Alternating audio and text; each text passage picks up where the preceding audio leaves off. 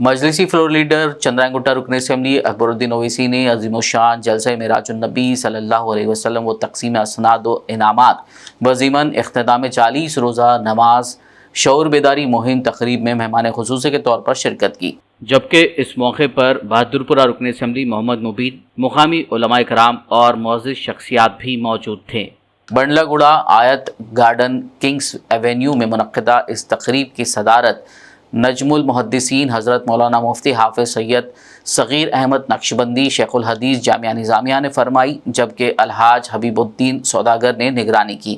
اس موقع پر حبیب ملت اکبر الدین اویسی نے 40 روز تک فجر کی نماز بجماعت پڑھنے والے 115 بچوں میں سائیکلیں اور اسناد تقسیم کیے اور اس طرح کا پروگرام منعقد کرنے پر منتظمین کی سراہنا کی۔ انہوں نے سبھی کو 5 وقتہ نماز کی پابندی، قرآن کی تلاوت کرنے اور طلباء کو دین کے ساتھ ساتھ دنیاوی تعلیم حاصل کرنے تلقین کی۔ جو فجر کی نماز پابندی سے پڑھتا ہے خود بخود حسن اس میں پیدا ہو جاتا ہے، اور نماز کی اہمیت کو آپ کو ہم کو سمجھنا ہوگا۔ اور آج اگر نوجوان بے راہ روی کی زندگی گزار رہے ہیں، اگر ان کو راہ راست پر لانا ہے تو اگر وہ نماز کے پابند بن جائے تو میں سمجھتا ہوں کہ بے راہ روی کی زندگی خود بخود ترک ہو جائے گی اور زندگی میں ایک سمجھداری ضرور آ جائے گی۔ اور آج جو بھی حالات ہیں وہ بھی آپ کے سامنے ہے کہ کیا خوب کسی شاعر نے کہا تھا، مسجد تو بنا دی شب بھر میں ایما کے حرارت والوں نے، لیکن ہم کو اپنی مساجدوں کو آباد رکھنا ہوگا، اور مساجدیں آباد رہیں گی تو کوئی ان مساجد پر نظر ڈالنے کی کوشش نہیں کرے گا۔ ویران مساجد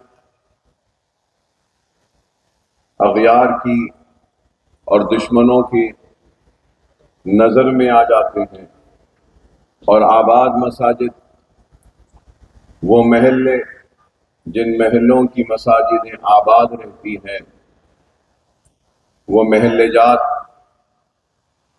میں رہنے بسنے والے لوگ کبھی پریشانی یا مصیبت کا شکار نہیں ہوتے، کیونکہ وہ اللہ کے گھر جن کو محلے والوں نے آباد کیا، اللہ ان محلے میں رہنے والے لوگوں کے گھروں کو بھی آباد رکھتا ہے اور کبھی بھی ان پر مصیبت آنے نہیں دیتا۔ تو آپ کو، ہم کو، سب کو، نوجوانوں کو یہ ترغیب دینی ہے کہ ہم نماز کے پابند بنیں، اور نہ صرف نماز کے پابند بنیں بلکہ اپنی مساجدوں کو آباد رکھیں۔ اور آنے والے ایک مہینے میں، آئندہ مہینے میں رمضان کا آغاز ہوگا، تو ہم دیکھتے ہیں کہ ماہ رمضان میں مساجدوں میں صفیں بڑھ جاتی ہیں، لیکن جیسے ہی عید کا چاند کا اعلان ہوتا ہے اور عید کی نماز ادا کی جاتی ہے تو اس کے بعد پھر سے صفوں میں کمی آ جاتی ہے۔ تو ہم کو نمازوں کے پابند اور مساجدوں میں جا کر باجماعت نماز جس طریقے سے ماہ رمضان میں ادا کرتے ہیں، اسی طریقے سے ماہ رمضان کے بعد بھی ہم کو مساجدوں میں جا کر بانماز جماعت کے ساتھ ادا کرنا چاہیے۔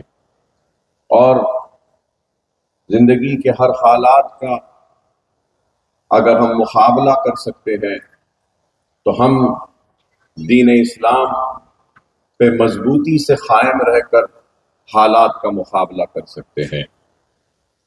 کئی لوگ اللہ کی آزمائش میں، پریشانیوں میں، اللہ کی آزمائش میں، پریشانیوں میں اللہ سے ناراض ہو جاتے ہیں، تو اللہ سبحانہ و تعالیٰ قرآن میں ارشاد فرما رہا ہے کہ میری آزمائش میں جو مجھ سے ناراض ہو جائے گا تو میں بھی اس سے ناراض ہو جاؤں گا، اور میری اس آزمائش میں جو میرا شکر ادا کرے گا تو میں اس سے خوش ہوں گا۔ تو اللہ کی آزمائش کئی شکلوں میں آتی ہے، اور اللہ کی آزمائش میں ہم کو پریشان ہونا نہیں ہے، بلکہ سجدے میں گر کے اللہ کی آزمائش میں اللہ کا شکر بجا لانا ہے، تو اللہ آپ سے خوش ہوگا۔ اور اللہ کی آزمائش میں ہم کو مایوس ہونا نہیں ہے، کیونکہ رسول اللہ صلی اللہ علیہ وسلم کے حدیث شریف ہے کہ مایوسی کفر کی نشانی۔ مایوس نہیں ہونا، وہ قوم جو حالات کے سامنے اپنے آپ کو یا اپنے گھٹنوں کو ٹیک دیتی ہے، تو وہ قوم کبھی بھی سرخرو نہیں ہوتی۔ ہم کو نہ مایوس ہونا ہے، نہ خائف ہونا ہے، بلکہ ہم کو اللہ کی رسی کو مضبوطی سے تھامے رہنا ہے اور اپنے ایمان پر قائم رہنا ہے۔ جب میں بات ایمان کی کرتا ہوں تو ایمان کا مطلب کیا ہے؟ ایمان کا مطلب ہے زوال شکست۔ مطلب یہ کہ شکست کو زوال دو تو وہی ایمان ہے۔ اور ایمان مضبوط کس سے ہوتا ہے؟ ایمان کی مضبوطی کلمے سے آتی ہے، ایمان کی مضبوطی نماز سے آتی ہے، ایمان کی مضبوطی قرآن کی تلاوت سے آتی ہے، ایمان کی مضبوطی سنت رسول اللہ پر عمل پیرا ہونے سے آتی ہے۔ اپنے ایمان کو مضبوط رکھو اور دنیا کی محبت کو دل میں بسنے نہ دو۔ اگر دل میں کوئی چیز کو بسانا ہے یا فکر کرنی ہے تو اپنی آخرت کی فکر کرو۔ ابھی اذان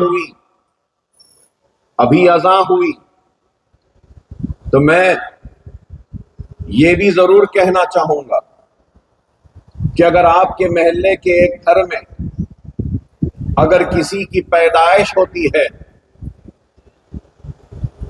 تو پیدا ہونے پر کان میں اذان دی جاتی ہے، اور آپ کے محلے کے گھر میں کسی گھر میں موت واقع ہو جاتی ہے تو نماز جنازہ کی اذان نہیں ہوتی۔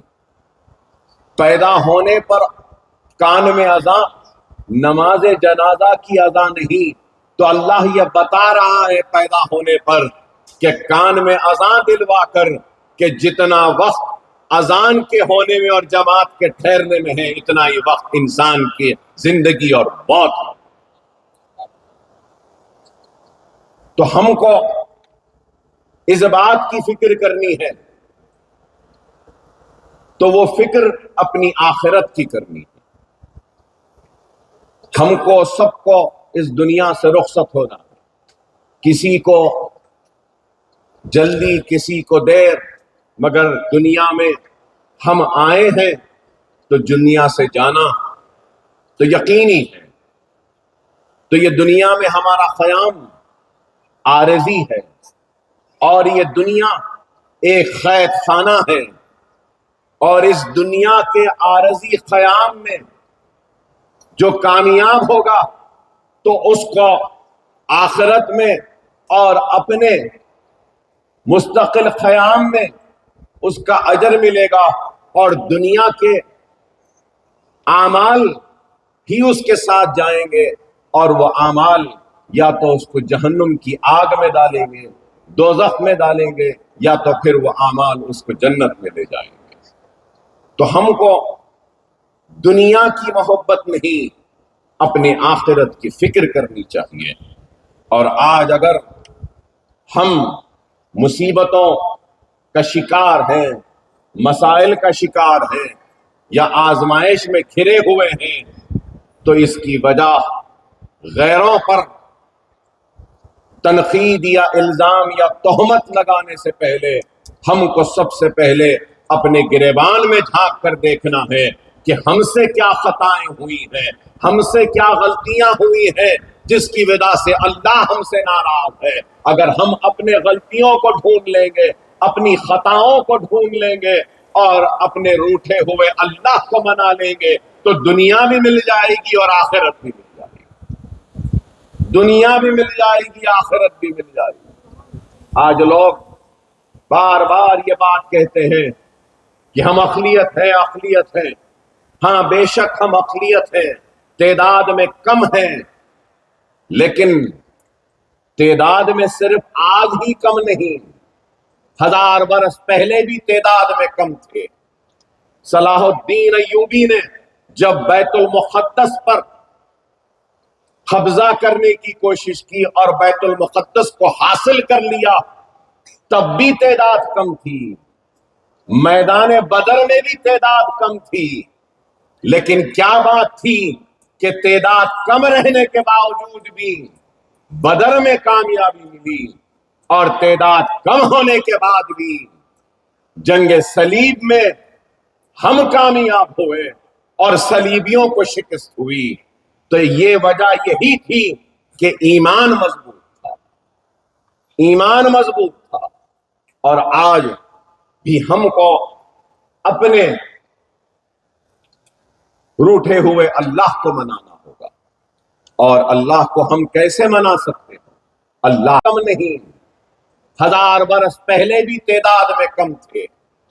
صلاح الدین ایوبی نے جب بیت المقدس پر قبضہ کرنے کی کوشش کی اور بیت المقدس کو حاصل کر لیا، تب بھی تعداد کم تھی، میدان بدر میں بھی تعداد کم تھی، لیکن کیا بات تھی کہ تعداد کم رہنے کے باوجود بھی بدر میں کامیابی ملی، اور تعداد کم ہونے کے بعد بھی جنگ صلیب میں ہم کامیاب ہوئے اور صلیبیوں کو شکست ہوئی۔ تو یہ وجہ یہی تھی کہ ایمان مضبوط تھا، ایمان مضبوط تھا۔ اور آج بھی ہم کو اپنے روٹھے ہوئے اللہ کو منانا ہوگا۔ اور اللہ کو ہم کیسے منا سکتے ہیں؟ اللہ کو ہم نماز کے پابند بن کے منا سکتے ہیں۔ اللہ کو ہم کیسے منا سکتے ہیں؟ سجدے میں گر کر، اپنے آنکھ سے اشک کو بہا کر، اپنے گناہوں کے توبہ کے ذریعے ہم اللہ کو منا سکتے ہیں۔ رسول اللہ صلی اللہ علیہ وسلم نے حدیث شریف میں ارشاد فرمایا کہ وہ بندہ جو اپنے گناہوں سے خائف ہو کر، ڈر کر، سجدے میں گر کر، جب گڑ گڑا کر اللہ سے معافی مانگتا ہے تو اللہ سبحانہ و تعالیٰ اس کے گناہوں کو ایسے معاف کر دیتا ہے جیسے کہ وہ ابھی ابھی اپنے ماں کے کوکھ سے نکل کر دنیا میں قدم رکھا۔ تو ہم کو اور آپ کو اس بات کو سمجھنا ہوگا۔ ہاں ہم انسان ہیں، غلطیوں کا پہاڑ ہے، ہم انسان ہیں، گنہگار ہیں، لیکن اس بات کو ہم کو سمجھنا ہوگا کہ اللہ رحمان و رحیم ہے، اللہ معافی مانگنے والوں کو پسند کرتا ہے۔ خوف خدا میں جب ایک انسان ڈر جاتا ہے تو ایسے اور توبہ کرتا ہے اللہ کے سامنے اپنے گناہوں کے لیے، وہ توبہ کرتا ہے تو اس کے گناہ ایسے معاف ہو جاتے ہیں جیسے کہ ایک درخت پہ سے سوکھے پتے جس طریقے سے جھڑ جاتے ہیں۔ تو خدا را نماز کے پابند بنو، اور قابل مبارکباد ہیں سارے لوگ، آپ کا محلہ، آپ کے ذمہ داران جو نونہالوں کو نماز کا پابند بنا رہے ہیں۔ حج کو لوگ جاتے ہیں، حج کو جانے کے بعد 40 دن نماز پڑھتے ہیں۔ 40 دن نماز کیوں پڑھتے ہیں؟ بڑے بڑے علماؤں نے 40 دن نماز پڑھنے کے لیے کہا ہے جب حج کو جاتے ہیں۔ وجہ کیا ہے اس کے پیچھے بھی کہ 40 دن اگر کوئی 5 وقت کی نماز پڑھے گا تو وہ بے نمازی نمازی بن جائے گا، نمازوں کا پابند بن جائے گا۔ اس لیے کہ تو آج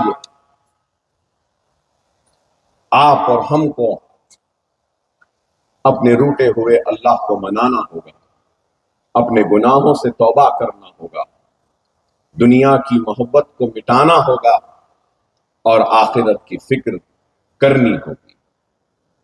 بے شک ہمارے پاس غربت ہے، اس بات سے انکار نہیں، لیکن یہ بھی ایک حقیقت ہے کہ اللہ نے نوازنے والوں کو نوازا بھی ہے تو ہمارے پاس دولت مند بھی ہے۔ میں یہ بات اس لیے کہہ رہا ہوں، گھر بنا ہے تو گھر کا پراپرٹی ٹیکس ہے، کاروبار کرتے ہیں تو کاروبار پر بھی ٹیکس ہے، کئی قسم کے ٹیکس ہیں، property tax, sale tax, service tax, پھر جی ایس ٹی نیا آ گیا، کئی ٹیکسز ہیں۔ اور ایک انسان ہر ٹیکس کو برابر بھرتا، پراپرٹی ٹیکس نہیں میاں بھر دو چپ، نہیں تو گھر ٹوٹ جائے گا، بزنس میں پروفٹ انکم ٹیکس فوراً بھر دو، نہیں تو جیل ہو جائے گی، سزا ہو جائے گی، جی ایس ٹی بھر دو فوراً ہو جائے گا۔ لیکن میرے پیارے دولت مند مسلمانوں، دنیا کا ٹیکس تو بھر رہے ہو، اللہ کی زکوٰۃ کا کیا ہے جو اللہ نے زکوٰۃ دینے کے لیے کہا؟ آج ہمارے پاس دولت مند بھی ہے، اگر مسلمان برابر سے زکوٰۃ نکال لے تو کسی مسلمان غریب کو کسی کے سامنے ہاتھ پھیلانے کی ضرورت نہیں ہوگی۔ برابر سے زکوٰۃ نکال، اگر میں غلط ہوں تو مجھے ٹوکیں کہ ایک وقت تھا بغداد کی گلیوں میں مسلمان بنڈیوں پر اپنی زکوٰۃ کو لے کر جاتے اور پکارتے پھرتے کہ ہے کوئی زکوٰۃ لینے والا تو لے لے، ہے کوئی زکوٰۃ لینے والا تو لے لے۔ یہ بھی دور تھا اسلام میں، اور آج ہم مسلمان برابر سے اپنی زکوٰۃ نکال لیں تو ہم کئی مسلمان پریشان حال بھائیوں اور بہنوں کی مدد کر سکتے ہیں۔ ہم کو کسی کے سامنے ہاتھ پھیلانے کی ضرورت نہیں۔ میں آج سے قریب 30 برس 25 برس پہلے سے مسلسل اپنے جلسوں میں ایک بات کہتا تھا اور وہ بات یہی رہتی تھی، ہاں ابھی خطاب بہت کم کر رہا ہوں تو شاید لوگوں کو یاد نہیں، لیکن جو بزرگ ہیں ان کو ضرور یاد ہوگا۔ میں اپنے ہر جلسے میں یہ درخواست، وہ التماس، وہ التجا کرتا تھا سننے والے لوگوں سے کہ اپنے محلے کی مساجد میں ایک ڈبہ رکھ دو